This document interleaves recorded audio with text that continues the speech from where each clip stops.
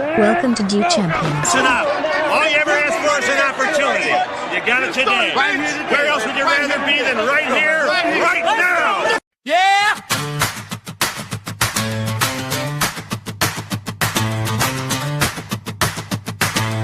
Come on with it, baby! Yeah! And an uncontrolled outpouring of hip young people. 1, 2, 3! Yeah!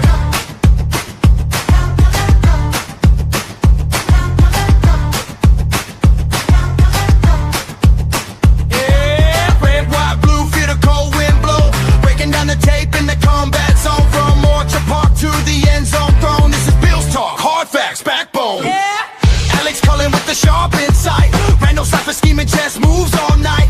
Alex Miley, big dumb animal raw, smashing hot takes through the studio door. Stats get funky, narratives get thrown through champions, media, Buffalo combat zone. Buffalo combat zone. Be there, crowd chant, let's go Buffalo.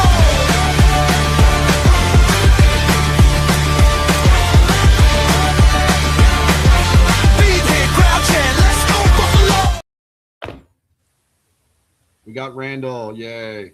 Yeah, finally. Technical difficulty, Randall. Oh, man, no kidding. Please like, share, subscribe. Welcome back to the Buffalo Combat Zone. We are brought to you by...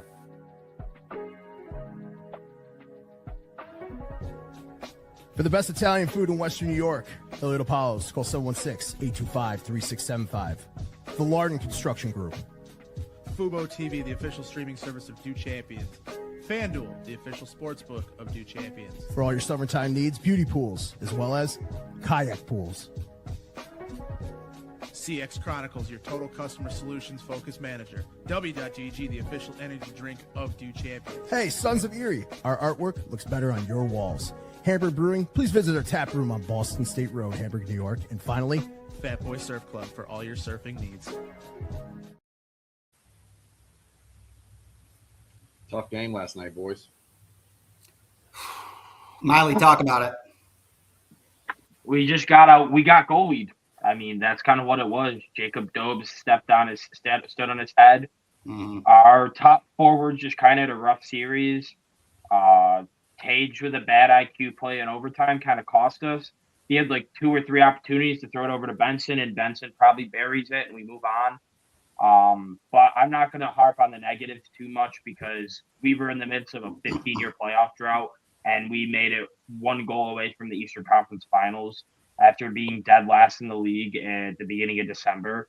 So the run we went on was magical. This team should hurt, and the young guys really kind of proved their way. We're getting to a point where we're so deep where we don't even have room for some players. Where I'm excited to see how Yarmo is aggressive this offseason to kind of make different moves to kind of take us to that next tier. Some of these young guys, how do their futures look and really the steps they take. And I think this team is going to be good for a long time because some of our best, most young, promising players, most of them are under the age of 25, or they're still, at least we don't have any good players that are in their 30s yet. Like our top players are still in their 20s, so their prime is going to be for a while, still for a couple more years. And then we have the young guys who aren't even close to hitting their prime. Helenas, Doan, Benson, Oslin, Power. That's kind of the next wave, and that's kind of how you want to do it. You want to have some stars in your prime and young guys that continue to get better. And I'm really excited for the way this team is going to look. Looks like Lindy will be back, which is nice. And Yuri Kubik said he's playing next year, which is big, even if he's just for trade bait to go and get a star, or he comes and makes a legit impact on the team. I'm excited to see how everything unfolds this offseason and in next year. Do you pay Tuck? No, unless he's willing to take a current team discount. I would give him like a 7x8. I still think he's a very good player. Maybe even a 7x8.5. He was initially at like 11 or 12, right? Yeah, when I'm not giving him that. Right there, yeah, no way. 0 points in round 2. You can't do that. I get he made some nice plays, especially the game 6 and 7. He played pretty well. He just wasn't able to put any points on the board. But at the same time, 0 points for an entire series, and you're asking for 8 figures. No. Agreed. From a novice bandwagon hockey fan like I am, right? I enjoyed this a lot, actually. I watched quite a few games for the first time in a long time, since the 90s. I just haven't had a reason to watch hockey. And, I always thought that if the Sabres got good, then I would jump on the bandwagon just because I don't have a home. You know what I mean? Because why not having 2 Buffalo teams, right? Yeah. But there's electric in there last night. It's from the video, from the TV cast or whatever I saw. There's nothing to be ashamed about. You're in a place that, just from an outside observer, we put ourselves in a hole too often the last few games. Like, I feel like as the series went on, we have a lot of these games where, like, remember the first game we played against the Bruins? I think it was like 3-1, and we came back with like 6 minutes left to win the game or whatever. Wasn't that what it was? Yeah, it was 2-0. Like, yeah, it was like 2-0. That was the Tager game. Yeah, that was the Tage game. And it became too much. If you do that enough times, you're gonna get stung, dude. You can't put yourself in those kind of holes just from a general, like, outside perspective, non-knower of hockey. I don't know much about the rules outside of the ones that overlap with soccer that I know, like offsides and things like that. But yeah, I think it's great. I think it was a good starting point. And you're right. A lot of these, I used to keep up with the NHL draft picks, like Darlene and these guys. They've been in the league for like 8-9 years, and he's only like 26 years old. Like, yeah, it takes time with the draft with developing players. Unless you're getting like a generational, like a McDavid or like a Celebrini, but like most of the time, players take a long time to develop. It's not like the NFL or the NBA. You're in that window now, so another piece. I don't even know if they need another piece, honestly. I had a feeling they were going to get burned by Carolina, though. Yeah. Carolina's a good team with a lot of rest. Yeah, I mean, they swept the second round, wherever they played. I forget who it was. I mean, the Flyers suck or weren't that great, but yeah. Yeah, right. I mean, the Canadians were a good matchup for sure. It would be like next year if the New York Jets almost made it to the AFC Championship, brought that team in round 2 to overtime. Yeah. It's not 1-1. Yeah, we've at least were knocking on the door kind of the last couple of years, while the Jets have been not at all. Yeah, I know. We always ramp up at the end of the year, see that like 8% chance to make the playoffs, and then lose 3 straight. It's a lot like the Bills drought. It's a lot like the Bills drought. I mean, I keep up with it. I was keeping up with it the last few years, just kind of from the outsider. I'd watch a game or two, but like not enough. And it would you'd see people start getting heat with it, thinking they're going to make it, like they have a chance, and then they would they're like the 8 and 9 football team every year, 9 and 8 maybe. At least for the Sabres, we did have 2 number 1 picks. The Bills, the best they got was number 3, and they took Marcel Darius.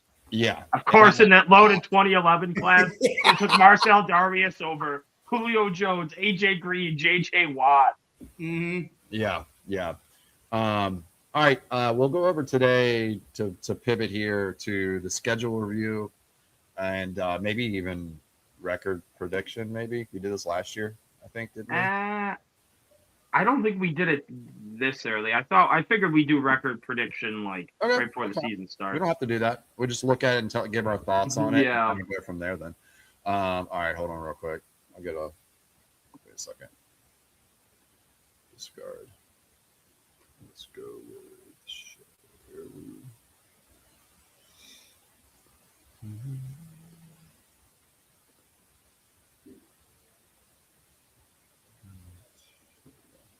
At least I got Knicks Cavs. I still got one team to root for. Hey, the Knicks, man, they're going to burn you again, though. Probably. But if they can make it to the finals, OKC and San Antonio's a short drive from where I am. So that's true. Or I can make an away game. Man, the San Antonio last night, I hate to get into another sport again, but insane game. I passively follow basketball. I'm a Bulls fan. Everybody knows that. But, I hate my life every basketball season. At least you're getting Caleb Wilson now. Yeah. Probably. Well, Wemby's insane. Unless Darren Evans. Is it Evans? Peterson. I mean, the Jazz would just be absolutely foolish to take Well, another Boozer- power forward when Boozer they already works- have two of them. Boozer works on their front office, so his dad. I get that, but you already have Laurie Markkinen and Jaron Jackson Jr. both very good. Your wings are set, and they're very good. Yeah. And your guards are Keontae George and nothing. Well, the whole injury issue with Peterson is the problem that people are That saying. fits right into the Jazz's motto then. Yeah. So I could see Wilson going there as well. I mean, I guess it wouldn't make sense, but anyway. I think Peterson is just a slam dunk for the Jazz, and I think they take Peterson. They're a contender-ish in 2 years. All right. I don't know if anyone will be able to transfer over. I don't know if any. I just don't know if anyone will ever really be able to contend for the next decade in the West outside of the Spurs and the Thunder. I mean, Yo, for real. And especially with OKC having 13 draft picks, they could literally get Giannis. They're probably the front runner for Giannis if they lose against the Spurs. Or they could trade up and get get a top 5 pick in the draft. Right. Or they could keep doing what they're doing and just continuing to. When there's players they can't afford have to walk, they just have players just as good to replace them right back in, and just continuously year on year have a bench full of players on rookie contracts playing really well. Right. One more thought on that. I think this is a good example of like the Thunder are built like a very old school team. They feel like a 90s team in a lot of ways. Like you've got your primary scorers like this mid-range specialist, right? And then you have this other team with like this freaky 7'9". I mean, he's 7'4", but he's taller than that. We all know for sure. Who can handle the ball and just like stand under the rim and dunk it. You know what I mean? He's literally, they shoot it. He's gonna be the next generation. This generation of kids are going to call him the GOAT in 20 years. He came just in time because LeBron's about to go probably in the next year. It's literally went from Jordan to LeBron to Wemby. That's how good. Like Jordan, Kobe-ish than LeBron, because Kobe had his reign for 2 or 3 years before LeBron became. Well, I mean, LeBron also hasn't been the best player in the league for a little bit too. Jokic is kind of, I guess, maybe the Kobe. He's kind of the guy in between that was seen as the best. Right. Yeah. Then now it's Wemby. By this time next year, I think Wemby's going to be the universal best player in the league. Yeah, he will make history. Yeah, without a doubt. Which I'm rooting for right now because I hate OKC. Same. Why is a team so talented playing so unethically? Right. Like it's so annoying. It's so annoying. Like I love they're a really good team. I'm not going to say they suck or anything. Like Shea's an amazing player, and they're really well coached. They're very talented. Why do they feel they need to just constantly play the foul baiting game the entire? It's like no. I 100% agree. I mean, every team in the league travels now, so who cares? Yeah, I mean, like they're all doing shit that they shouldn't be doing. The foul baiting makes bad basketball. Yeah, I mean, based on the rules, a lot of the stuff what these players are doing is like borderline, but they're so athletic that you can't even tell. Exactly. Right. Hey, Rand, what are your thoughts? Actually, let's go. Randall, what are your thoughts on the schedule? Like, what are your vibes on it?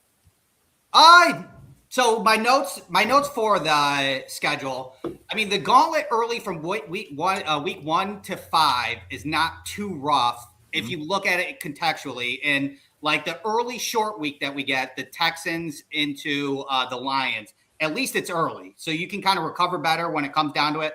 And then you get that 10-day rest to play the Chargers, and then you come back and get the Patriots after that. And then you start going into that bye week. I don't love that the bye week is early, but it is what it is. I do love that we get a 10-day rest when we go to New England. I think that's going to be a pretty pivotal game, and us having a 10-day rest, a longer rest on them, and traveling is definitely ideal. But overall, I mean, it is what it is. Last year, we had an easy strength of schedule. This year, obviously, wasn't going to be similar.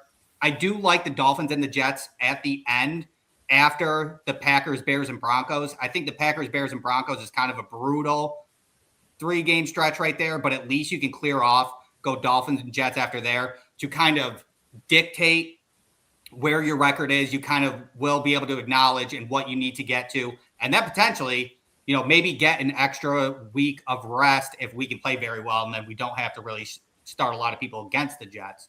But I like it overall. I like the primetime games. Unfortunately, Miley got an away Christmas game, so that's brutal. And then a home Thanksgiving game. So that's kind of like oppo of what you wanted. Yeah. Maybe they heard me say it and they're like, all right, I'm going to screw this kid over. But I mean, to be fair, I'm happy either way. But right. No, for sure. But I think if we could start, get through the Raiders, 1, 2, 3, 4, 5, 6, get to the bye week and be 5-1. I think that's a huge win. I think 4-2 is fine, but I think we can go 5-1 if we just, hone down. There's not going to be a lot of tape on us with new coaches and things along those lines. That's an edge for these tough teams early. They will not know what we're coming at defensively, especially from what everybody's talking about with Jim Leonard and how they're setting it up. I'm really excited to see how offenses are going to try to adjust to our new defensive scheme and see what happens. So I think that's positive in our area. I haven't really discussed my thoughts on the schedule yet. Y'all talked about it last week a little bit, didn't you? Yeah, well, we kind of gave our predictions on what we wanted to see. Yeah. I'm indifferent about the schedule. I think it's a weird schedule. It plays weird to me. I don't see this massive rest advantage that they're talking about. It feels like it's an incremental rest advantage that gets peppered throughout, and it ends up being a big number, but it doesn't feel this way. For instance, we're going to go to the Texans week 1. We come home, but we're playing the Lions who went to the Saints. Technically, the Lions are traveling less mileage than we are in those 2-week period of time. I don't like that. Although I do think we'll beat the Lions in that opener game. I think it's set up nicely for us. The Lions, I think, are going to have some learning curve, like some kind of growing pains. Texans start slow a lot of times. I like that for us. And then we'll be fully healthy, like Miley said a couple weeks ago. I like that. I either want them fully healthy and we're fully healthy, or I want them banged up real late. I don't want them in the middle of the season like we keep getting. We keep getting there like week 7. That's right. So like that. Like the Chargers come into our house. It's fantastic. And then backed up with a Patriots game right after that, right? So we get like 3 home games in a row. That's fantastic right off in the bat. I think we can go 5-1 to that run. I think we can even go 6-0 potentially, but I vibe maybe like 4-2. That's kind of how I feel about it. I love where the bye. I don't like the bye week so early, but I like that the Ravens are right after the bye week and they kind of come to our house. I think that's a good advantage for us. At Vikings, at Jets right after that. I think that's a nice, and Dolphins, then Chiefs. We don't know what the Chiefs are going to look like.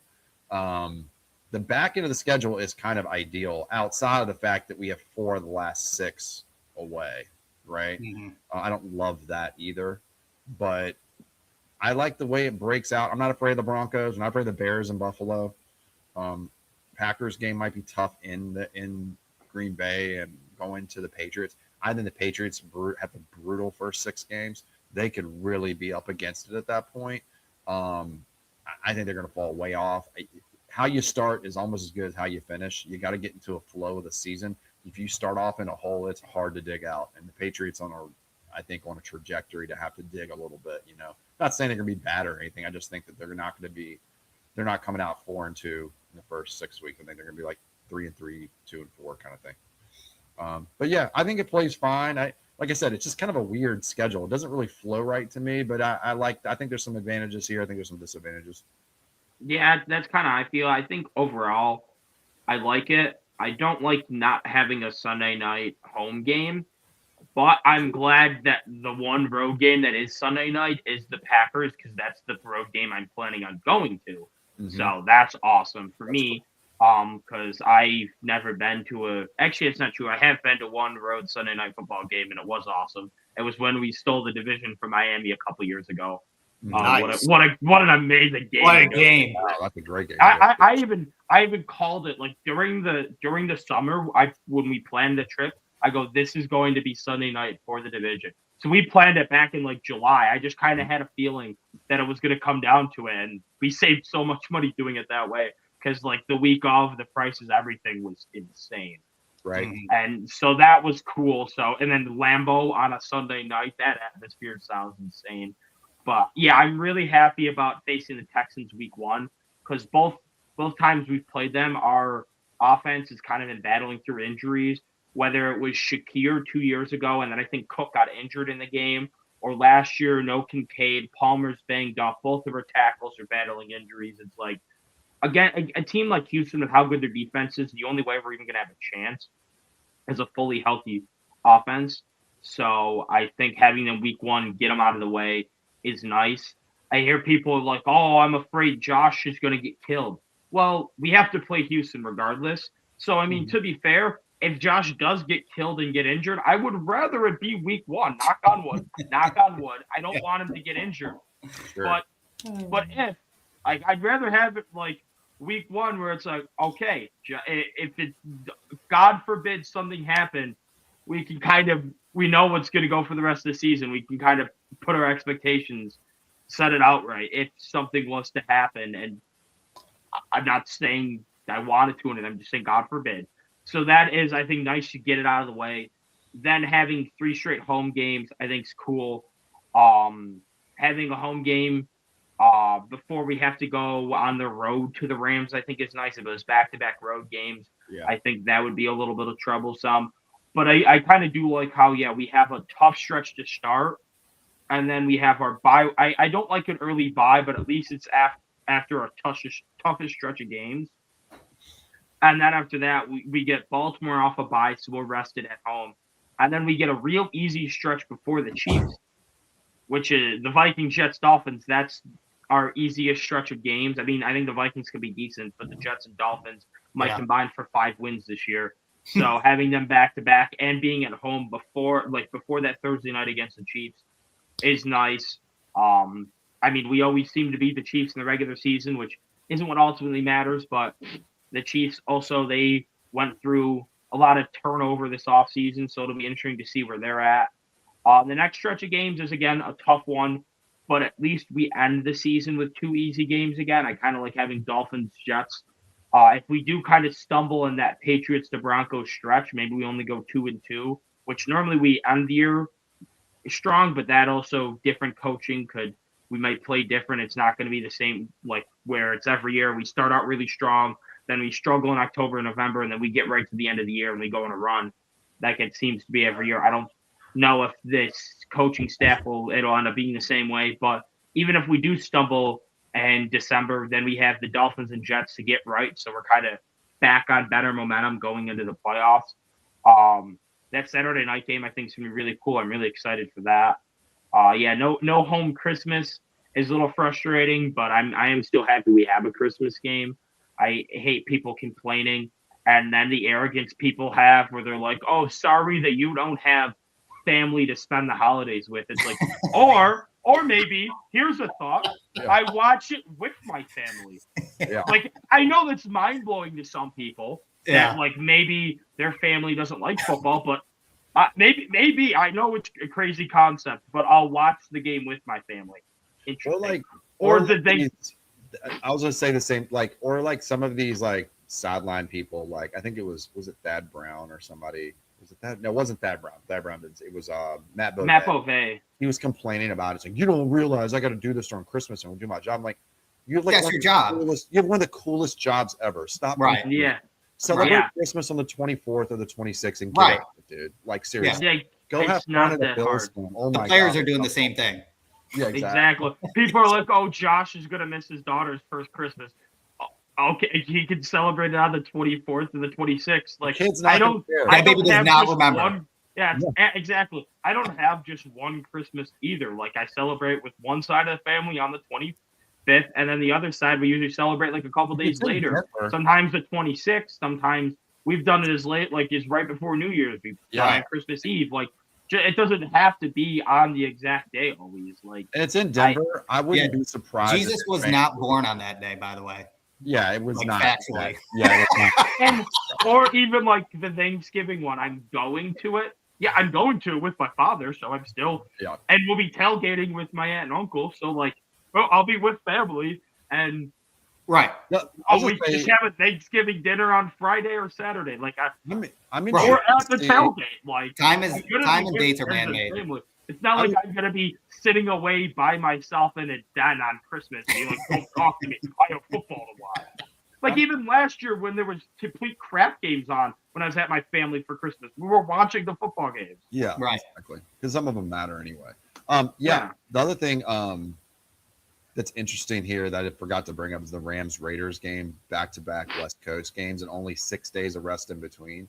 I could see that maybe they might stay West Coast potentially. And it Party at Josh's Kelly house.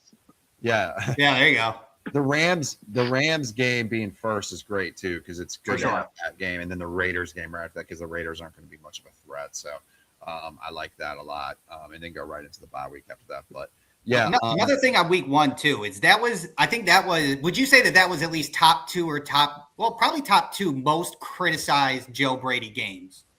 Was probably the Houston Texans last year, like when he was getting questioned. When he got the most questions out of the Texans. So it's kind of nice that it is week 1 because that's like a get right. Like that's a get back game for Joe Brady coming week 1. So he'll be prepared at the most. Well, my issue with Joe Brady was I thought to start the game, I mean, they went right down the field and scored. He just failed to make adjustments. Right. That was in-game adjustments was his biggest issue because it was Spencer Brown and Dawkins that were having their issues. They were injured and he just kept putting 5-man protection. Right. Or the drive where we had a 1st and 10 and then we ran it up the gut 10 or 4 straight plays and turnover on downs. When we had a 4th and 1 and we didn't QB sneak it after we ran a halfback dive for the 4th. Like that, it was stuff like that where I just got really annoyed with the lack of game adjustments. I was more frustrated with Bean in that game because I just felt like we didn't have enough. Their defense is so good. We didn't have anyone that could separate. Now, they're not going to have anyone that's going to super separate against those corners anyway, but just having some better weapons I don't know. I mean, I was frustrated with Bean. Brady just didn't make it any easier. And then McDermott let a backup quarterback score 21 points in the first half. Well, and we didn't have Taylor Rappen. I don't think there's much difference between him and CJ Stroud. That's me. Probably not, but still, when it comes down to it. And in fact, Davis Mills at times looks better than CJ Stroud. Not all the time, but sometimes. In that game, he did. I'm not scared of CJ Stroud at all. Like looking at the schedule, like kind of like Stroud. No way. Looking at the schedule, like when you talked about like I don't see the rest disadvantage. Like the rest advantage that I see is that after the Lions, we get a 10-day break, so a mini bye into 4 games into a bye week. So then you get your bye, and then you have a 10-day rest before the Patriots. So you have 1, 2, 3, 4, 5 games, a mini bye. Then you play the Patriots and 1, 2, 3, 4, 5. So I get the rest advantage in that terms where you have too many buys, kind of like a third, half, and at the end sort of thing. So I do get that we have some rest advantage. Oh yeah, I think it's just like incremental, added up. Like not like I don't see like these massive advantages. Well, where like, oh my gosh, I can't believe we're going to play this team on this super short week, and we had a bye week the week before. You know. I mean, to be fair, that's kind of how I would want it. Like as a player, I wouldn't want like a 2-week break in the middle. Like for our bye, I would rather it be where we have a bye week Thursday night game, like go Monday night, bye week Thursday night, and then normal game. Because then you kind of get like 2 buys. Like you get instead of having one long bye, you get mini buys. I'd rather have the mini buys scattered throughout, so they get those little bits of extra rest. Yeah. Right. All right, let's talk a little about OTAs today and just kind of some thoughts because I think we have some, or I do. Alex, I'm gonna listen to you, man. Yeah, I didn't really have too much thoughts. I don't care about the play. Read too much. I don't care about the play. I care about the injury report and the vibes. That's it. My audience, we were talking about this earlier. That's all I care about right now. I don't care about the vibes at all because it's day 2 of OTA. Find it irrelevant. That's fine. I don't care. I do not like when players, leaders of our team, come out. I mean, he's supposed to be the defensive leader. He comes out with his helmet on, not looking at with a visor, not looking at anybody face to face, in a somber tone, talking like you can barely talking when he's responding really low. Like, it's bad vibes, man. It feels like it felt. I'm not saying he is. I'm saying that he seems defeated. Like when you talk like that to me, like being somebody who's in sales, who has to use inflection and things like that in your voice. I know Terrell Bernard has it in him to be upbeat and be, this stand-up guy. And he is a stand-up guy. He's a good guy. But the problem for me is like you're out there with your helmet with a visor on at the field house talking to reporters, like, why can't you have your helmet off and be clear while you're speaking? I mean, it gets muffled because of that. It felt like the whole thing was mumbled, and he was like still injured. He said, talking about it, he just seemed down. He didn't seem upbeat or happy to be there or anything like that. I'm not saying he's like holdout central or anything. He's not going to hold out. Clearly, just got paid, but it felt very like I'm don't want to be here, and I'm upset about how this is going. Like it's either the injury or something else. It was. I just didn't go back and watch it if you haven't seen it. I didn't love the way it felt watching it. I thought everybody else sounded pretty good in terms of their vibes about it. I thought Keon. I don't have any faith in Keon, but I thought Keon answered the questions really well. I think he's owning up to like, hey, I'm in. This is the last shot for me. Most second round picks, early second rounders, are basically first rounders. They expect you to give them something, and I like that he's not. He's very conscientious of where he is, and isn't embarrassed to talk about it. It doesn't feel that way anyway. I liked how he responded. Allen's always the same. I never take much from him. And then we had who were the guys who missed today? That was a little bit interesting. Oh, Dion, Cook, and somebody else missed. Palmer's still out with trainers, which I thought was kind of. I think that's strange to me that he's still out 4 months later. Well, are you sure it's the same injury? I don't know. That's even more concerning, right? Right, because nicks and bruises were Chargers issue. Like, what are we dealing with him at this point? With all this, like, the stuff he's dealing with every single year, he's dinged up. I mean, these aren't major injuries, clearly, but like, bro, like, we got to see you on the field doing something. You know, you can't depend on Skylar Bell right now, who's fumbling the ball at OTAs today. Hopefully, we can eventually. Skylar Bell's, you can tell he's in his last practice. He had like a drop, and today he had a fumble that they talked about a little bit. I don't know if you saw that, where he beat the guy at the sideline, and then I think it was either Bernard or somebody, a linebacker, came around and peanut punched him out of there. I hope that doesn't get in his head, so to speak. Cook didn't play. Oliver, and I'm not surprised with Oliver due to the type of injury, right? Because even if he's fully healthy, that's a touch and go thing with, was it a pec or a bicep this time? Bicep. It was bicep. Same kind of deal. Like, you want to give that 6 months. He came back too early, I thought, just to play. And he didn't get re-injured in that game. Maybe he did. I don't know. But that's something you don't want to mess with. So I don't mind that. James Cook not being here, I don't care. Deion Dawkins, don't really care. I think that's standard, probably vet stuff, but they're just like, we're not here yet. Exactly. Yeah. It's not like they're probably doing their own type of training or whatnot, but they're exactly. They've kind of earned the right to kind of like, we'll be there. Don't worry about us. We got other things we're taking care of. Dawkins showed up late. He was there in street clothes, so then maybe he's dealing with something. I don't know if he's lost any. Haven't seen anything. He had that boot. Was it 3 weeks ago? Right. So it is that. Yeah, it's got to be the boot thing. Yeah, he's that's fine. Then sit out. Yeah, he probably just got some like minor off-season surgery or whatever. Right. I did hear that Chubb ate Bowery's lunch today. That's good. Well, yeah, that's just destroyed him. With a bull rush. Do you know what it was? I don't remember what it was. It was Matt Perino reported on it. He said just dominated him, made him look like a fool. But it was, Bowery at the Senior Bowl got bullied with bull rushes. Yeah, I think this is Chubb is like the worst guy to go against in this type of rushing. Like if you're gonna get bull rushed, he's like the last guy you want coming at you, other than maybe Myles Garrett. Just a type of hilarious. Well, Myles Garrett can also do legitimately everything. He does not have a weakness to his game. I'm not saying Chubb is defensive end 2 in the NFL or anything. Yeah. But no, for that exact type, Yeah, for that type. Maybe third for the bull rushes group. He's one of like 4. The bull rush special. And then DJ Moore looked, I mean, I don't look these routes on air. I'm looking at one right now. Like, you don't like that acrobatic catch? Come on, it was OBJS. Hey, yeah.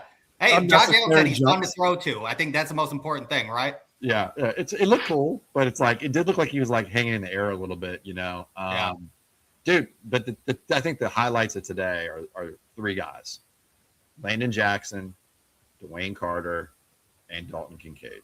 How did Dwayne Carter get to 330? Listen. Hey, you can He's eat. 6'2", but he's like 6'2". That's like Dante Corleone when we talked about outlier bodies. Well, he was probably 315, 310 before, right? So you I thought just he was like probably 310. 5 months, add 15 He'll pounds. probably get down to like 325, 320 by the season. Yeah. So he said he's 325, maybe 330 sometimes. He said So then his playing rate is go down. 320. He said he wants to play at 320. He said That's perfect. That'd be perfect at height. He can play no tackle at that size. Hey, I've been Listen, singing his Mike, praises. I was on your side with this one. I was on Dwayne Carter's side. Kincaid too, even Landon Jackson. I mean, that's a good day for me. Good day for me. Is there a new weight trainer in Buffalo too? Because good Lord, I've never seen dudes.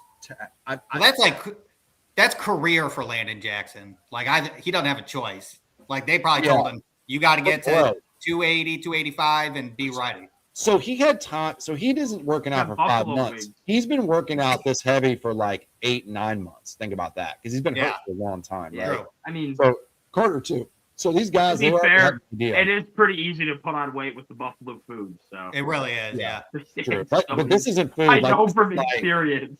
Dude, he looks like he looks like Brock Lesnar out there.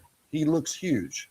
Yeah. His shoulders are massive. Like I noticed the shoulders initially. Like you see his shoulders and his chest is like he's not the skinny frame, but he's just tacked on like man muscle all over it. You know, Kincaid's legs. Graphic. Yeah, Kincaid's legs look nice. It's over for me when it comes to Dalton Kincaid. I'm all in. I'm bought in. I hope he doesn't fail me. Randall Kincaid's quads look amazing. Oh, I've seen. He was the anchor for Tug of War. And they won. Did they win it? Yeah. And his weight gain too is good muscle gain. Like you can tell he's not just putting a bunch of fat on. He's the shocking one for me. He played at the end of the year. This is legitimately like 5 months of like heavy duty weight training and eating the right foods and tacking on probably 15. I mean, he looks legitimately almost 250. I thought last year he put on like his first 2 years he was small. I thought last year he kind of got to more respectable, but like you didn't really see the difference. But now this year he's put on that last bit of weight he needs, and now you can really see the difference. I think it's just kind of adjusting into what happened. He didn't have insane injuries throughout college. He had to deal with NFL injuries, and now he's in another offseason where he had to go through the doctors, had to figure out what he needed to do. So I think the consistency and the repetition of off seasons is now getting to him, and this is how he really overcame it this year by listening to doctors and then just beefing up and finally getting to it. Yeah.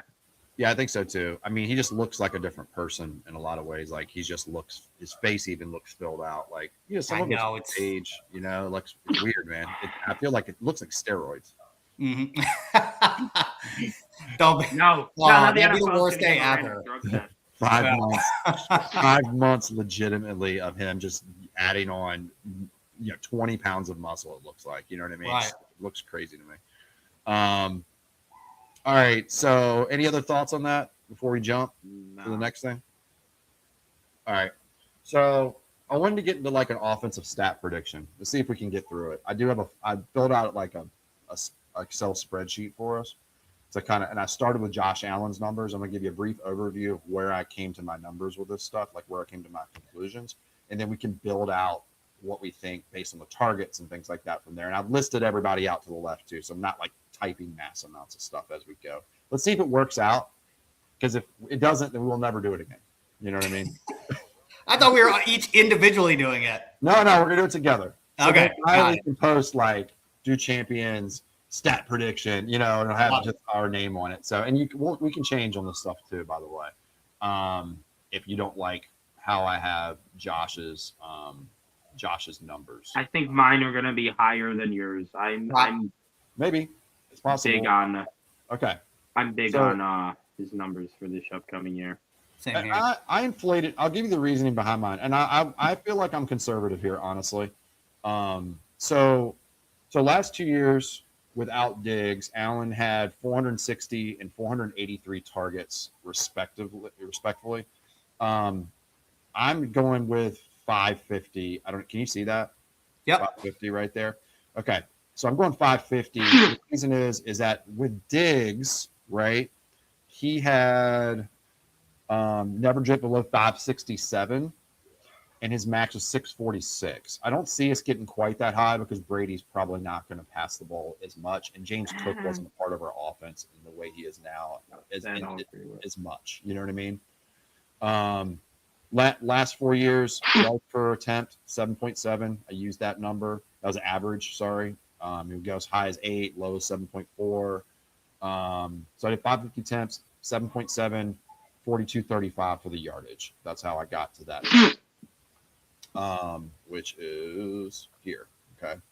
And then I just kind of built it out from there. Like I did the interceptions, right? I know the volume's going up with the passing, but I think Allen really is the last 2 years is really protecting the ball a lot more than he used to, right? I think he's making a conscious decision not to put the ball in harm's way as much. And the type of offense we run takes away the turnovers a little bit, being there's a lot of shorter passes, things like that. Although I think that depth of target will probably increase this year.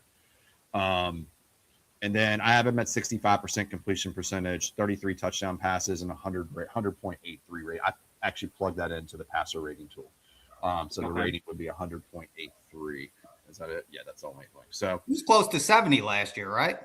What percent? Completion percentage? I think it was 67, 68. It was close to 70, but we also was a lot more short passing. I think you're going to push the ball down the field a little bit more. Your completion percentage is bound to go down a hair. Yeah. So like I can tell you right now. Hold on. Give me 2 seconds. He was. All right. 68%, I think. 69.3. So Randall's very close to 70 there. So, but no, you're right, because we will have more deep shots with DJ Moore. Yeah, and that will drop it a little bit. That'll drop some. The year before he was 63 point something. Like, it's bounced a little bit. I think his career is 64. So I kind of just went a little over that. And then with the higher depth of target, I think it'll probably play into that as well. What are your thoughts on that? Do you think it's more attempts, anything like that? Or how do you feel about that breakdown? I think the passing offense is going to be a bit better because I think that the everybody eats mantra, I think, is better for Josh Allen's game, which I think we're still going to do. It's just going to be more talented receivers throwing to. Yep. I think Kincaid is going to continue to get better, and I think DJ Moore fits Joe Brady's system. Also, I thinking Joe Brady's not going to throw that much, I just disagree with, because he spent this entire offseason saying he is a Sean Payton guy. I don't think he's saying that for no reason. I think he's saying that because he wants to throw up more. I think there was a bit of conservativeness. This is 90 more attempts for the season too. Yeah, I have it at 575. Okay, that's kind of reasonable. Yeah, I had it at 590. But yours even mine. Wow. Mine is 575 at 8 yards an attempt. I have him throwing for 4,600 yards this year. So did I. I think Josh is going to be really locked in this year, and I think he has a deeper receiving core as he did in 2021. I don't think DJ Moore is as good as Stephon Diggs was at that point, but I think it's as deep. I think Kincaid is better than Knox was at that point. I think Shakir and Beasley are pretty similar, and then I think at that point, like Skylar Bell and Josh Palmer, maybe they're a bit worse than John Brown and Emmanuel Sanders at that point. But I also think that I think James Cook could also be more involved in the receiving game than like Devin Singletary ever was. And I think we're going to spread the ball around a lot, and I think we have legit talent for a bunch of players to be able to produce. And I think Joe Brady is going to throw the ball a lot, especially since our offensive line and our rushing attack has downgraded this offseason with losing Cromer and David Edwards. While they are, I don't think, and Gilliam, I mean, they're losses. I'm not going to say they're not. I don't think they're as big as some people think they're going to be, but I think they will hurt our run game a hair, and I think we're going to pass more as a result. How about I'll give you 575? Perfect. And then, because that'll be kind of in the middle between all of them. So which is exactly what I said. Yeah, times 7.7. Actually, let's do 575 times 7.8. I'll come up a little bit. Okay. And then 373 completions. Or I 374 completions. had 66% completion percentage. 44.85 for yards is what that would be. Okay. Okay, yeah, I can get behind that. That's good. Yeah. All right. And then you had 374 in completions. 374. Yeah, give me the math. Do the math for me when we do it. Okay, cool. Funny enough, though, for touchdowns and picks, I hit 34 and 10, so like almost spot on with that. Well, we got more attempts. I think that we need to probably put it to 35 and. Yeah, I had 30. I guess 36. The reason I said 34 is I still think he's going to get those QB sneak touchdowns. Well, I have 34 passing and 8 rushing. I think 42 touchdowns is about. Yeah, perfect. this is just passing. So yeah, so we'll get to the rushing down below. So, but I'm saying like I think like because they use him as so much as a goal line back, I think it's not like a Stafford where he throws a lot at the goal line. It's just you get to the 1 or 2 yard line and just run it in. I think that takes away his passing touchdowns. I'm going to throw in another 2 interceptions. So 35 and 12. Yeah. Okay. Sorry. That's what I'm going with. All right, so we got our numbers right now. Okay, so we got targets. I put that in red right here because that's where you have kind of to base it out of. I think you kind of go from the targets. We did target share first. I've got target share on the left for DJ, Dalton, Shakir, Bell, Cook, Knox, Coleman, Palmer, Ty Johnson, and then everybody else is what I put on there. Yeah, I didn't really go into target share. I kind of just did basic reception yards, touchdowns. Well, the reason I said target share is because I think that it matters with like if as a percentage of how much the person, like for instance, Gabe Davis, if he gets 90 targets, he's probably catching 48 passes, right? But if DJ Moore gets 90 targets, he's getting like 62 passes. You know what I mean? Because he's a higher volume, like a higher more efficient player, right?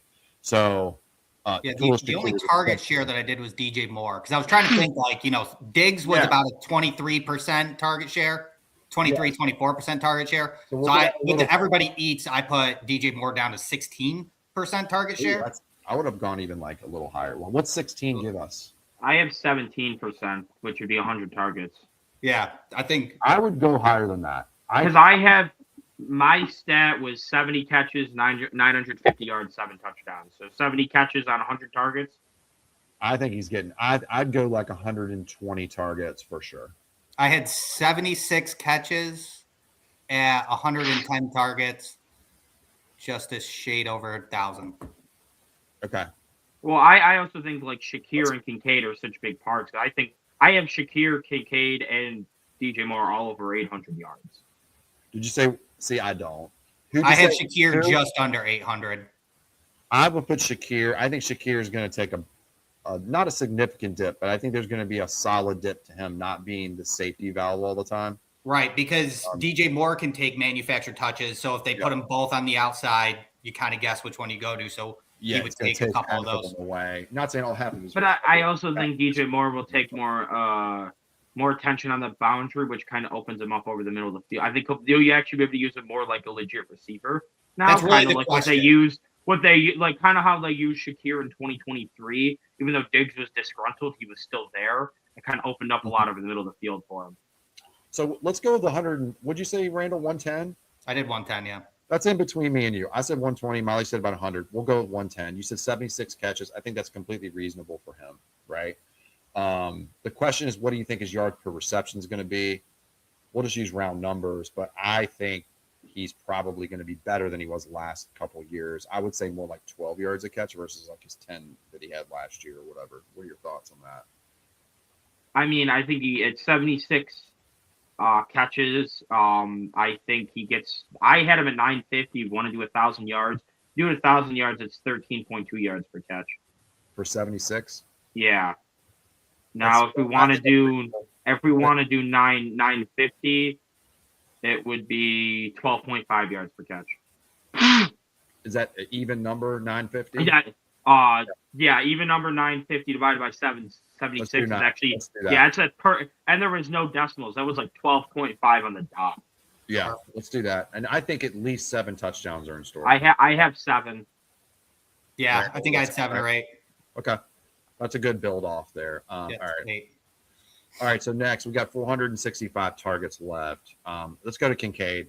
Where the assumption is he's going to be healthy, right? Yeah. So I guess we should play in the fact that he couldn't be too. Maybe a couple games. I think he's in store for probably. I think he's going to get closer to 100 targets, like 95. I did 175 and 800 flat for him. I did 65 catches for 800 yards. Let's go 100 here. And you said how many? 65? And then what'd you say, Randall? 75? I said 75. Let's do 70. And then 800. Yeah. What's 800 on that though? 11. You have 100 left. Let's do 700. I think it's about 12.5 again. Let's just do 11 yards an attempt. I think you get 11 yards a catch. Well, let's do 12. What's 12 times 70? 12 times 70? Yep. 840. 840. Let's do that. Bingo. So, okay, we want to do up to 840. I was going to say, or do we want to do 11.5, and that would be no, I think 800. I think okay. I think it's going to be a more, if Kincaid's healthy, I think it's going to be more in Kincaid taking the majority of these targets. Yeah, I'm just a little conservative on the downslope just for potential injuries. That's sure. Yeah. I have some faith in him this year. I have faith in him. Like I you know how much I like him when he's on the field. It's just injuries are so hard to predict that. I think he's going to be a touchdown getter, though. I mean, I think 8 touchdowns is easily in the cards. What are your thoughts on that? I had it at 6 just because again I have things a lot. I have everything very spaced out. I just did rough estimates of players. But if we want to do up to 8, I actually had it at 8.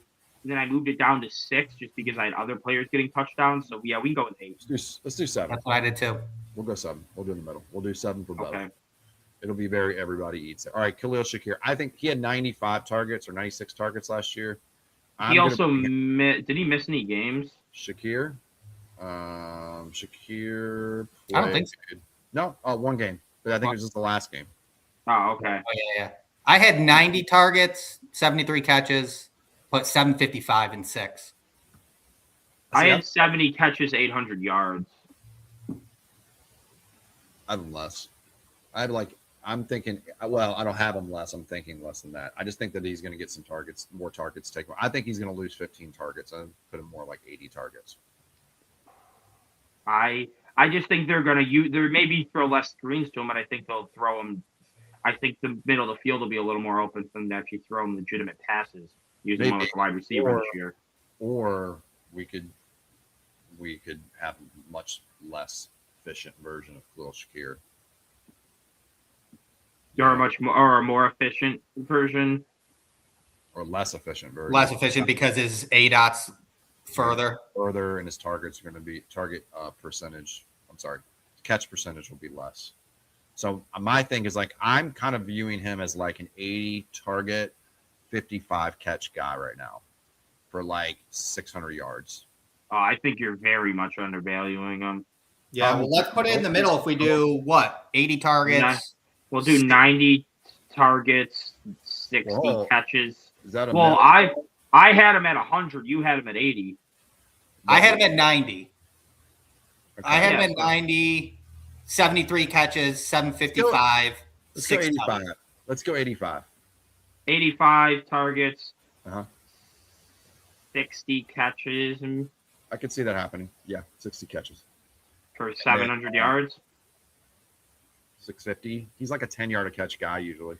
But again, I think they use him a bit more down the field, so I think they would put 700. Yeah. All right. 7 flat. So 11. Let's say 11 yards. So if he gets 11 flat, that's what's 660. Okay. Man, if it was 666, that'd been real bad, buddy. He's not a big touchdown getter. I was going to say 4 touchdowns for him. I had him at 5. I'm at 6. I had a little bit higher. Well, what has he been getting though? He had 4 last year, right? Yeah. He had a ton of targets. He had 4 the year before, 2 the year before that, and 1 the year before that. I mean, even with the volume he's been getting the last 2 years, he's got 8 total. I just don't have 4. That's fair. Yeah, I think 4 is going to be fair with that. I just can't see it going up with a target share that drops. You know what I mean? Now, it could change. Maybe we find out that he's an elite down the field slot receiver. It could happen. You're right. You actually added a 0 next to his targets. He's not going to get 850 targets next year. Wait, what? Yeah, targets. No, that's yards? No, look at the targets. Oh, my bad. Oh, wait, you got them all flipped. Hold up. No, we're good. We're good. No, yeah, we're good. We're good now. All right, so we're at now 210 plus 85, 295. Okay. Subtract 295 from 575 for me, Randall, real quick. 295 from 575? It'd be 280. Yeah. 280. Okay. So 280 targets to Debbie out. Got quite a few guys left here. I think we're going to see massive drops now in how much target share we're getting. We probably should focus on maybe Dawson Knox next, or do you want to go to Coleman? I had Skylar Bell. I had him lower. I had 50 targets, 33 catches, 270. I have Knox and Keon low because I have Keon being wide receiver 5. And Knox, when Kincaid is healthy, did not get a lot. Exactly. That was my exact theory. Okay. That sounds right. Okay, I have Skylar Bell next. Okay. I have him at 40 catches, 500 yards, 2 touchdowns. I had 55 targets, 30 catches, 300 yards, 2 touchdowns. That sounds better to me. Like more I think it's more reasonable, right? Like I want Miley's stat line, but I feel like considering he's like 5th in the pecking order of receivers, not receivers. I think he quickly beats out Keon. For sure. I have better stats for Skylar over Keon. But then it's the thing. It's like what we project Josh Palmer is that's like the catalyst, right? Josh Palmer might be out a couple games. Skylar Bell's just takes that and probably Palmer's. I have Bell and Palmer with basically the exact same stat line, just with Bell with a few more catches. I have them both 500 yards, 2 touchdowns. Yeah, see, I had Palmer 75 targets, 37 catches, 450, and 3 touchdowns. I think he does have a chance to stay healthy, and then he gets more active in that role. Here's the question: is how many times teams have 5 to 6 receivers over 500 yards is like never. You're right. So the likelihood of having even one more 500-yard receiver is kind of low. But here's the thing: is a lot of times teams have receivers 1 or 2 with over 1,000. We don't have that because I still think we're in everyone each. So I think our depth, because with how much we rotate wide receivers on the field, I think that our lower guys might have a little bit less, and in turn our top guys because you have DJ Moore, Kincaid, and Shakir combining for what is that 2350. I think I'm. Yeah, something like that. Something like that. 1790. 2450. 24. Yeah, 2450. Yeah, 2450. I have them combining for 2550, and I still have Bell and Palmer. I mean, granted, 4485 is a little bit lower than the 4600 I had, but it's basically about 100 yards less, and we just got it from more Kincaid and Shakir having less. Right.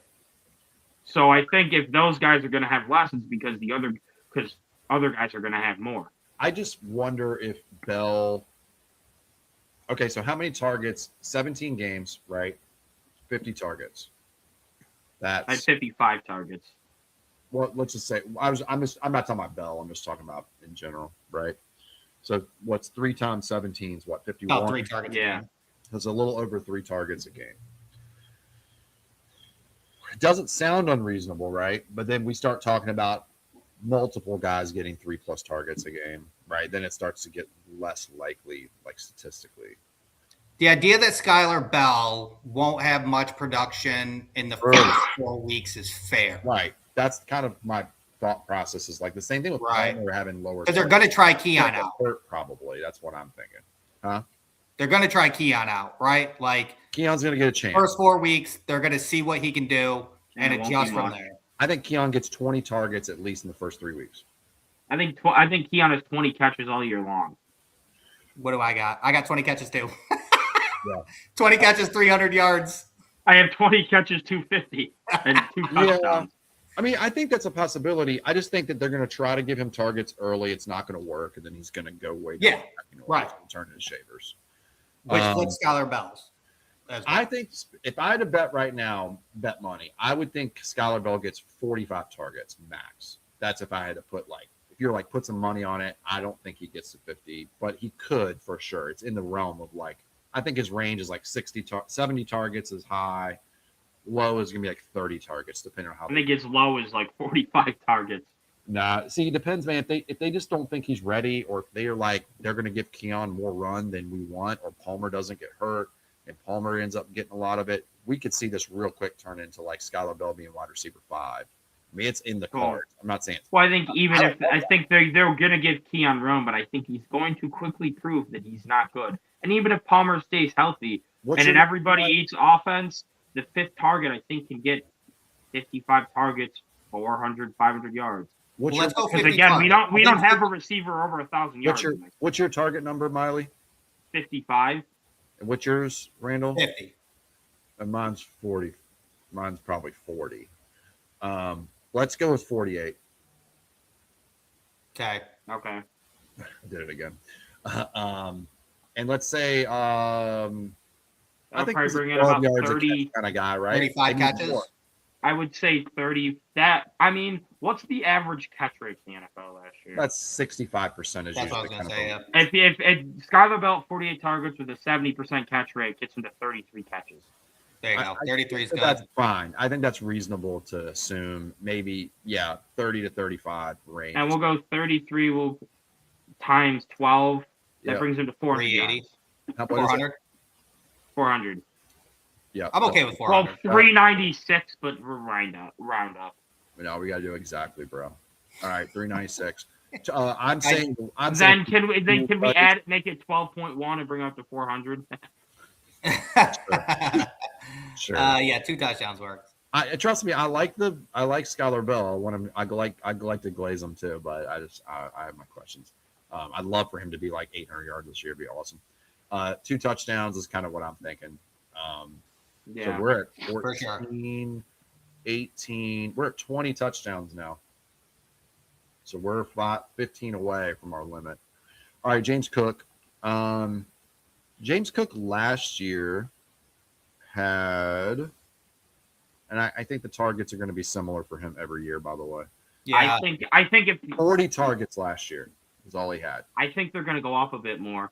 I did. I put 48 targets with 45 catches. Again, this is Sean Payton. We just brought over Pete Carmichael, who just used Alvin Kamara, who was Cook's comp coming out of college. I think they're going to try and use him a bit more.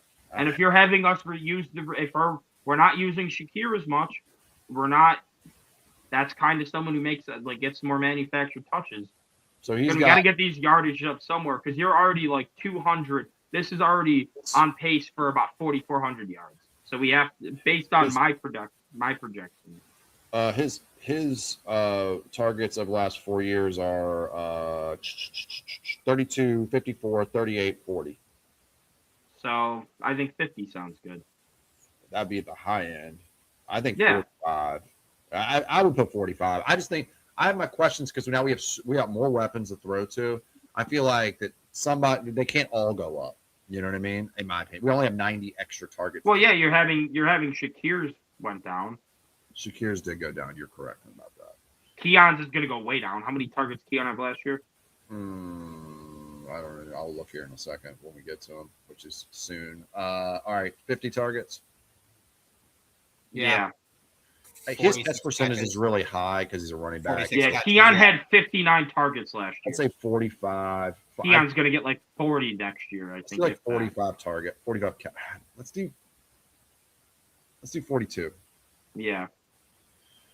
And how many yards per reception? Probably a little bit lower, right? Like 9? 8 or 9, probably. He had last year. He was at very low.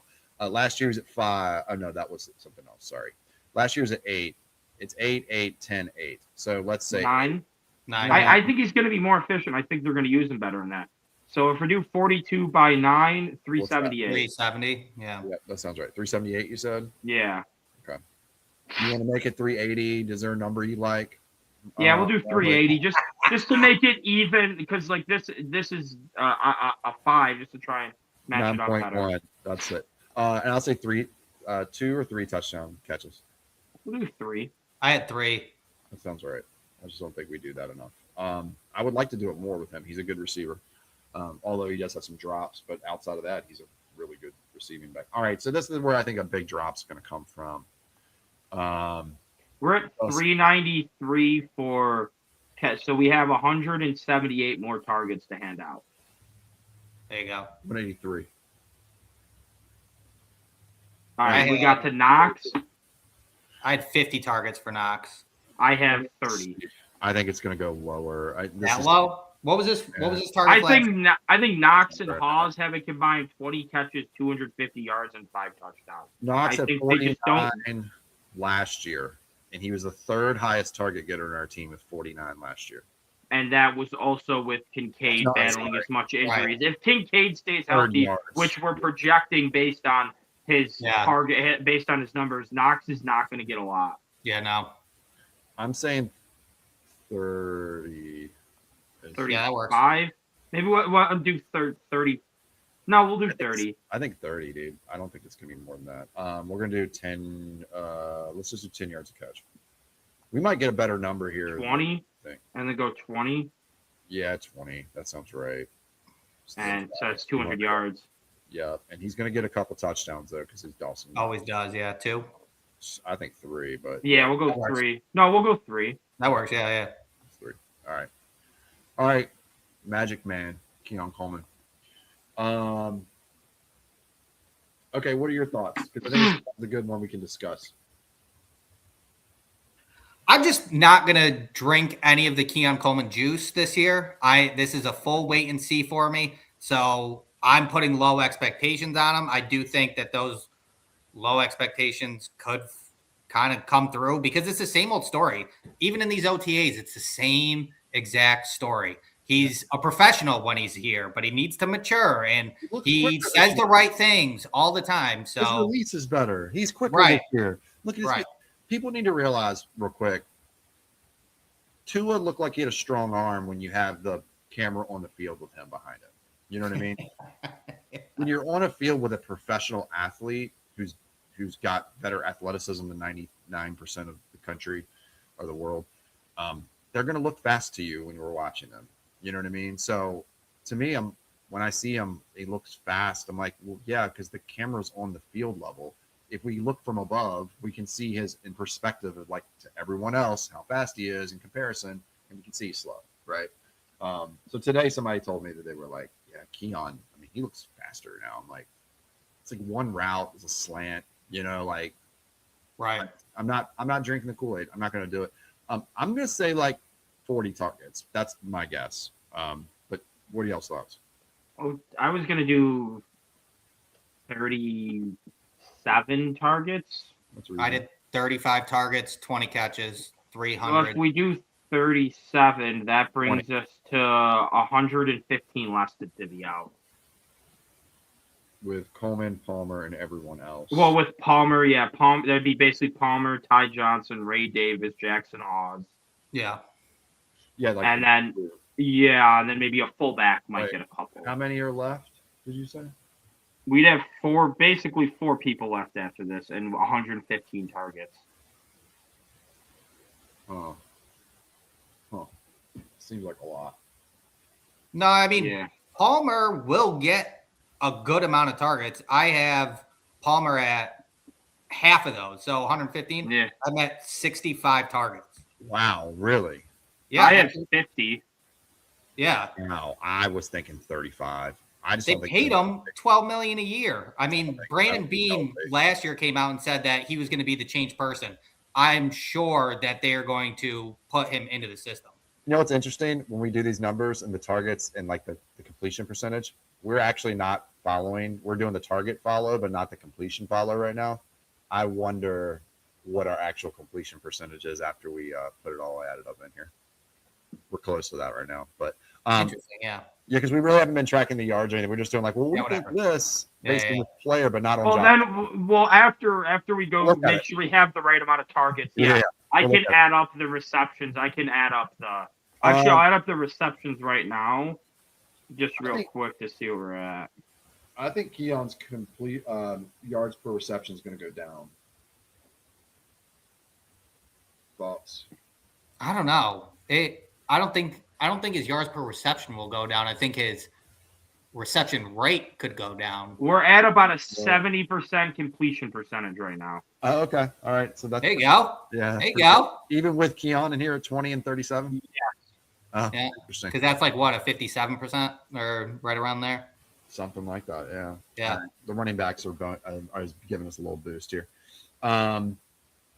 Let's say. Yeah, we should have built this out in reverse. Now that I think about it, we should have built it out with the receivers first, and then that would have been Josh Allen's final those numbers. Yeah, like 575 is a number we could take from Josh, and then build it out, and then say this is what Josh's numbers will be. We'll do that. Honestly, but Josh Allen's yards kind of tempered it because I would have been like, yeah, DJ Moore is going to get 1,000. So is Dalton Kincaid, and then Josh Allen's passing yards would have been like 6,000. Yeah, that was tough. We'll revise it. Well, this is what has us for. Plan ruined. Well, if we do 20 catches, 250. Yeah, I think that's right. We'll figure it out here in a second. 20 for 250. What's that per catch? 12.5, I think. Yep. Okay, I can deal with that. And let's say Coleman gets 3 touchdowns. Yeah, that works. Yeah, he'll get some for sure. So how many does that put us at? 29. So 6 more. 29 touchdowns. That sounds right. Yeah. Yeah, that sounds right. I'm thinking Ty Johnson got 3 last year, right? And he was hurt a little bit. Yeah, and Palmer is not a big TD getter. Right. So Yeah, I would give Palmer like 2, even if you give him high yards and stuff. Yeah, so maybe for Palmer, we could do 50 targets, 35 catches, 400 yards. Yeah, I like that. Well, I like that. That sounds right. And 2 touchdowns. Yep. 2. What's the yard per reception on that? What is 11 point something? 11.5? 11.4. 4 works. I'm gonna add up the yards to see where we're at for yards. Ty Johnson, I think 30 targets, 23 catches. Okay. 210. That sounds 3 studies. How many catches? 230. We're at 4,080 yards right now, so we basically have about 400 yards to play with between basically Ty Johnson, Ray Davis, and Jackson Hawes. That sounds right. All right, I think his is going to drop a little bit because Cooks is going to increase a little bit too. So 200 yards maybe, and then 200 for everyone else. Yeah, I think 2 something. It sounds right to me. So we'll say, how many targets did you say? 30. Yeah. 30 that puts us at 35 targets left. 22 catches. 22 catches. Yeah, sure. And 200 yards. Yeah, 3 touchdowns. I flipped the yards and the touchdowns, but you guys get the point. That would get us. That's what I was saying. I would put 2 touchdowns and then 2 touchdowns for everyone else because we're at 4 touchdowns left. Yeah, I think 2. I think perfect. I think it goes down. Okay. Ray Davis had 0 last year. Yeah. I think 2. But I think Hawes also gets 2. Yeah, I think Hawes got 3. Yeah. I think that goes down a little bit with for sure. Yeah. Because he might be blocking more. The 2, and then like what we said, like 250 yards for everybody else. 200 yards. We'll do if we want to go to the 485, we go 205. That's how much we have left. There you go. Let's do 205 for now. At 20 catches. That sound right? Yeah. Yeah, let's do 20. And then 30 targets. How many targets we got left? I think it was 20. I think 35. 35? Yeah, I think so. Let me do the math again. Okay, go ahead.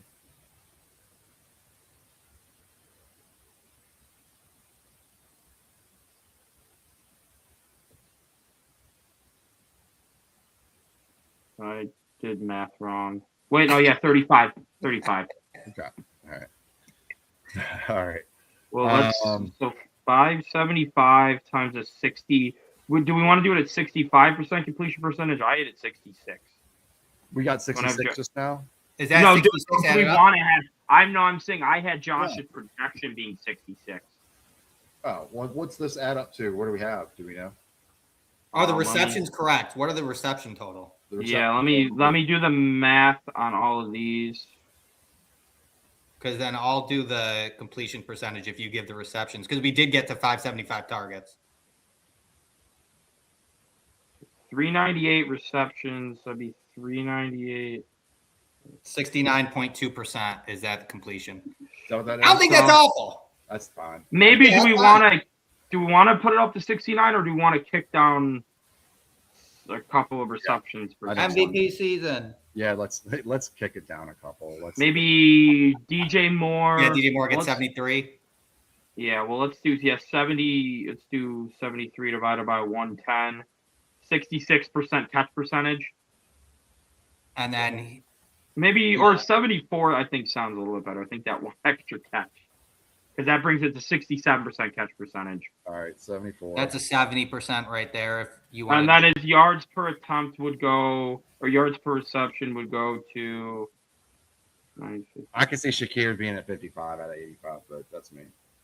No, I think he's going to be. Let's see, 950 divided by 74.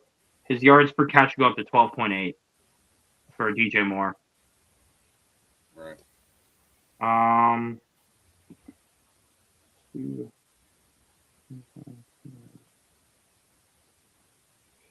So if we want to get to 66% completion percentage, we'd have to go from 398 all the way down to 380. Oh, wow, that's a lot. Yeah, so maybe 67% completion percentage, I think. Yeah, let's just look at 67. We'll just. Yeah, I think we're good. Nobody cares. Yeah. Okay. That would be 385. So we dropped 3 targets. We'd have to drop another 10 receptions. Okay. All right, and then let's go with real quick. If y'all want to do it real fast, rushing yards. This doesn't have anything to do. These are just projections on our part. Okay, I had 1,200 yards. One a little lower than. Yeah, 1,200 yards, 12 touchdowns. Because I think a better passing offense, worse rushing offense we were last year. I kind of agree with that. What do you think, Randall? Yeah, I had 1,350 with 14. All right, I think 1,300 then. All right, and then you said Okay. 14. Yeah, it's funny thing about Cook is that he's become a touchdown getter, which was not his thing when he first came in the league, which is kind of interesting. I think it's also a Josh Allen thing. Yeah. We get inside the red zone, and also lack of receivers in the red zone. It's like just pound the rock until then. Yeah, either Cook puts it in, or we get to the one and Allen. And they weren't using Ray Davis early in the year. 5 yards. What do you think? 5.5 yards an attempt, or what? What was it? What was he the last 2 years? 5.2 last year, I think. 5.3. Well, I think his efficiency goes down a hair. I put it at 5 exactly, which would be 260 carries. Yeah, that's fair. 260. That's what we're going with. All right, so we got 125 carries left to get. I think Allen's has got to go down a little bit. I have 450 yards and 8 touchdowns. I had 575 and 11 touchdowns. Yeah, man. I had him at 4,600 passing yards. As we have him at 4,500. So I'll say 500 yards and 8 touchdowns. I just think if he throws for 35 touchdowns, I don't see him getting double-digit rushing. Fair. I don't see him having 45 touchdowns. With how many touchdowns James Cook gets, like when he had 45 touchdowns before, it's because our running backs were getting like 5 or 6 touchdowns. Yeah, and then let's say 6 yards an attempt. Would you say? Oh no, doesn't Josh get more than that? Pretty sure. I don't think so. But remember, the tush pushes take away a lot from his yards per attempt. That's true. That is true. 5.2 last year. There you go. 5.2. So yeah, well, I think less tush push attempts. I think 6 works. 6. So that's 83 attempts. Okay, how many are we at? 260 plus 8. What would that be? 343. So that's 132 carries left.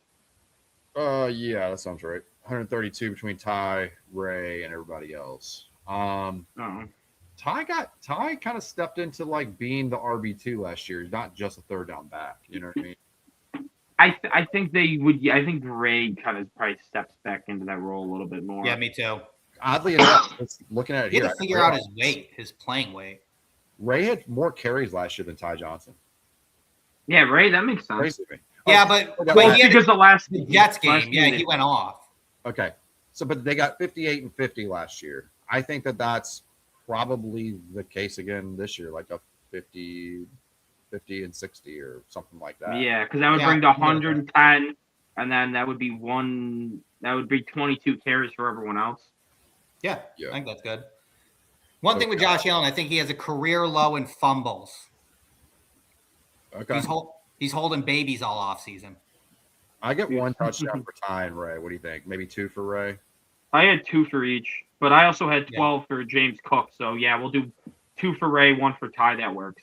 Okay. And 50 carries for Ty. Let's say 5 yards an attempt, probably. Yeah, Ty's an efficient runner. 250. 250. Let's say 285 for him with an extra 10 carries.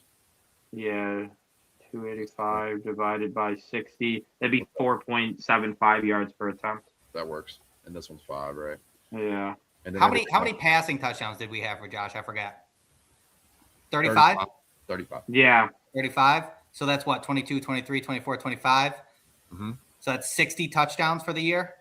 We've done it before. That would have been second last year. 60 total for the team, you mean? 60, yeah. Seahawks led with 63. Right. No, we'll do 0 touchdowns for everyone else. Yeah. Yeah. So that's the stat line. I love it. Yeah, if you want to update these numbers, like for the Do Champions page or whatever, I'll give them to you, Miley, because you're good at this. Yeah, or send me a screenshot or something where I can make a post showing it all. Yeah, absolutely. All right. Now we gotta wait till September. And then I think next episode we do defense and more update OTA update and then defense stats. Do you like this? Did you like? Yeah, that? I thought that was. Yeah, I thought that was good. I think we can revisit it at maybe right before the season, see if there's anything we change, and then maybe revisit it at mid-season, see how we're doing in the end of season or something like that. Yeah. So Josh, 44-85, 35 touchdowns, 12 picks, 7.8 average, 67% completion percentage, and 100 passer rating. Well, the passer rating would change if you put it in.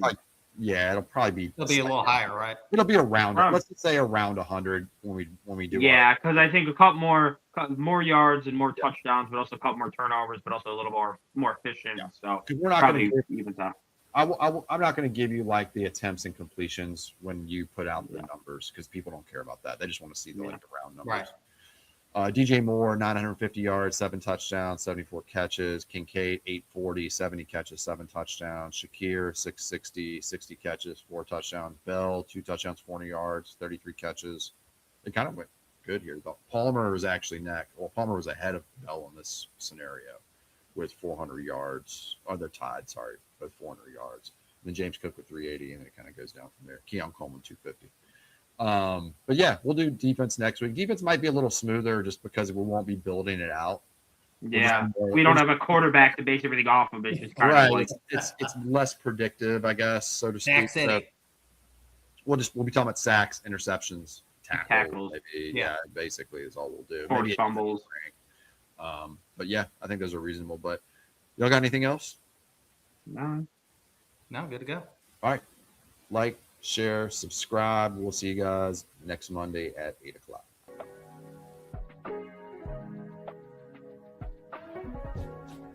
For the best Italian food in Western New York, Elliot Apollos, call 716-825-3675. The Lardon Construction Group. Fubo TV, the official streaming service of Do Champions. FanDuel, the official sportsbook of Do Champions. For all your summertime needs, beauty pools, as well as kayak pools. CX Chronicles, your total customer solutions focused manager. W.GG, the official energy drink of Do Champions. Hey, Sons of Erie, our artwork looks better on your walls. Hamburg Brewing, please visit our tap room on Boston State Road, Hamburg, New York. And finally, Fat Boy Surf Club for all your surfing needs.